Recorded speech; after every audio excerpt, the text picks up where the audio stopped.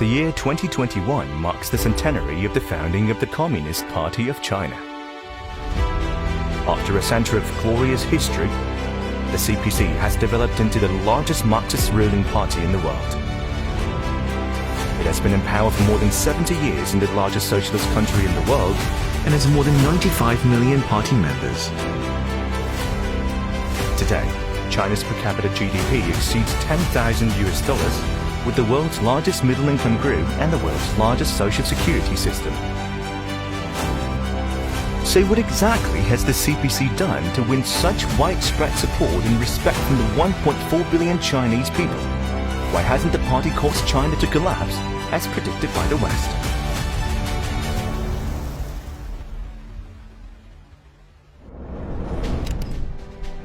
China learned from two Germans called, Karl Marx and Friedrich Engels at the beginning. Then it learned from some Russians with the Russian Revolution. It didn't mechanically copy the Germans, it didn't mechanically copy the Russians, but it was intelligent enough to learn from their experience and adapt it to their own country.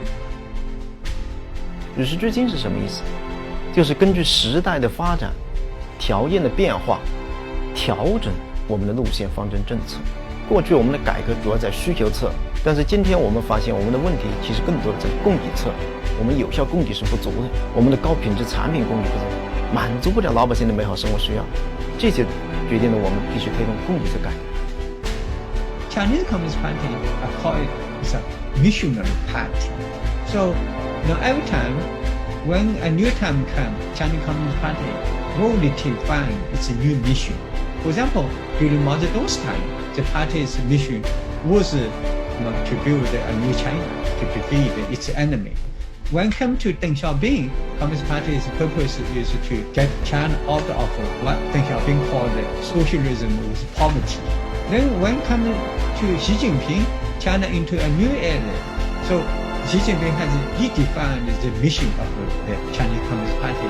实现中华民族伟大复兴是全体中国人共同的梦想。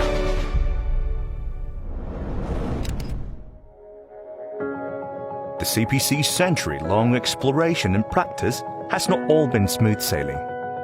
Instead, it has gone through many ups and downs, trials and tribulations.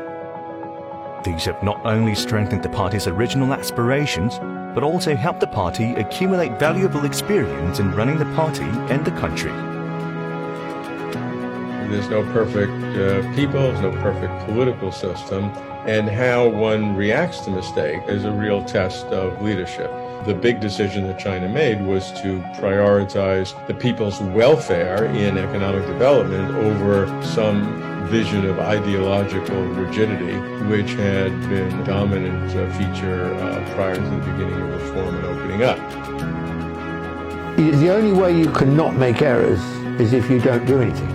The question is, when you make a mistake, how serious is it? What do you do about it? 我们干的是我们的前人没有干过的事，也是其他国家没有干过的事。所以在这个过程中间，我们走了弯路。每一次走弯路之后，都是通过自我纠错回归正道。你比如现在这个全面从严治党，也是我们自我纠错的一步。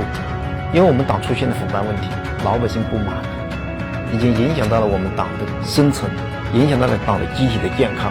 所以我们通过全面从严治党，以零容态度惩治腐败。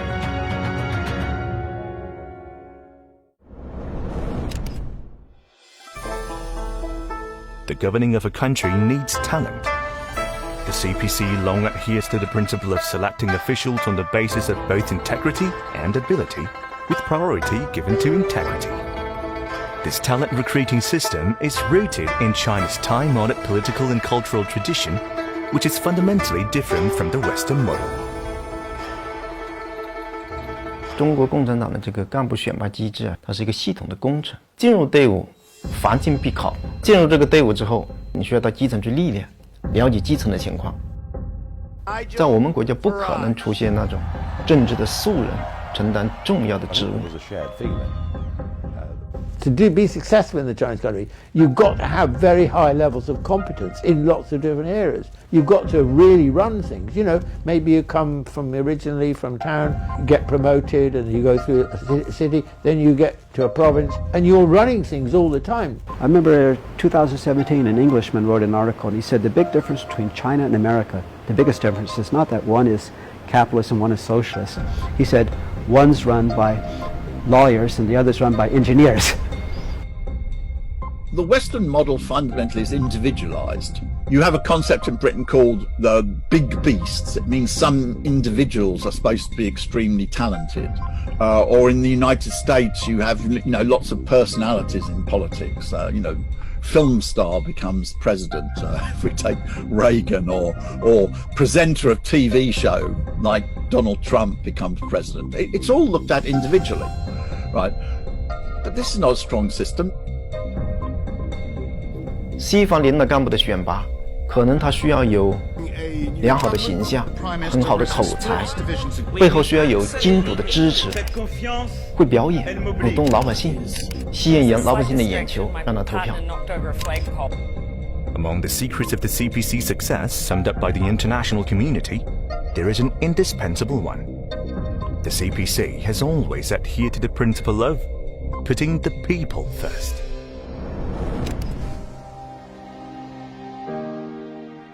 我们所做的一些重大的事情，包括精准脱贫、决胜全面小康啊、反腐败、扫黑除恶，包括我们现在正在搞的乡村振兴，都是老百姓呼声最强烈的地方。老百姓呼声最高的，就是我们最要办的事。Every country, the political parties say people first, we serve the people. And they say that until they get elected, then they serve themselves, keep their party in power.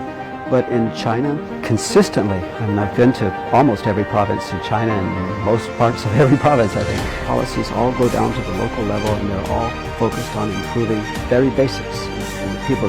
Actually, if we look back to Chinese history, it's an older, very, very old wisdom from Confucius, from Mengzi. All rulers put people first because your power came from people. People is the most important factor for their decision making. You should always put people first. Your power is to serve the people.